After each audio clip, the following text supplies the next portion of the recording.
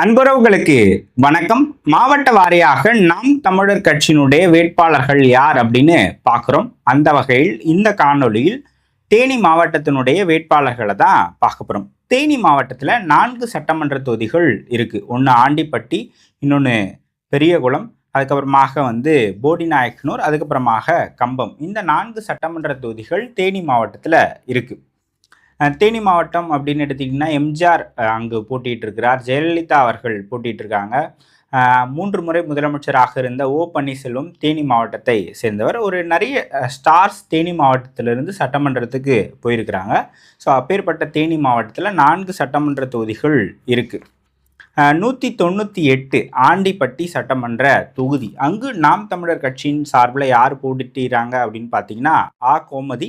அவங்க BTech படிச்சிருக்கிறாங்க.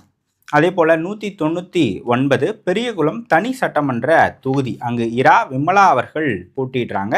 MA BEd அவங்க படிச்சிருக்கிறாங்க.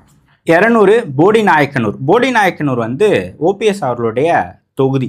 போடிநாயக்கனூரில் நாம் தமிழர் கட்சியினுடைய சார்பில் யார் போட்டிடுறாங்க அப்படின்னு பார்த்தீங்கன்னா பேராசிரியர் முனைவர் சி கலையரசு அவர்கள் வேட்பாளராக அறிவிக்கப்பட்டிருக்கிறார்.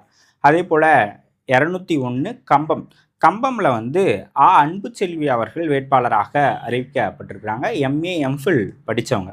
ஸோ தேனி அப்படின்னு எடுத்துக்கிட்டிங்கனாலே மேற்கு தொடர்ச்சி மலைப்பகுதியில் இருக்கக்கூடிய ஒரு மாவட்டம். நிறைய திராட்சை, தொன்னை, ஏலக்காய், காஃபி உள்ளிட்ட பயிர்கள் அங்கே பயிரிடப்படுது.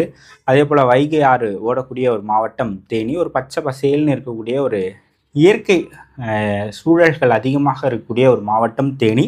அந்த தேனி மாவட்டத்தினுடைய நாம் தமிழர் கட்சி வேட்பாளர்களாக இந்த 4 பேர் தான் போட்டிடுறாங்க. ஸோ ஒட்டுமொத்தமாக 234 தொகுதிகளுக்கும் யார் வேட்பாளர்கள் அப்படின்றத பிப்ரவரி 21ஆம் தேதி மக்களின் மாநாட்டில் சீமான் அவர்கள் அறிவிக்க போகிறாங்க.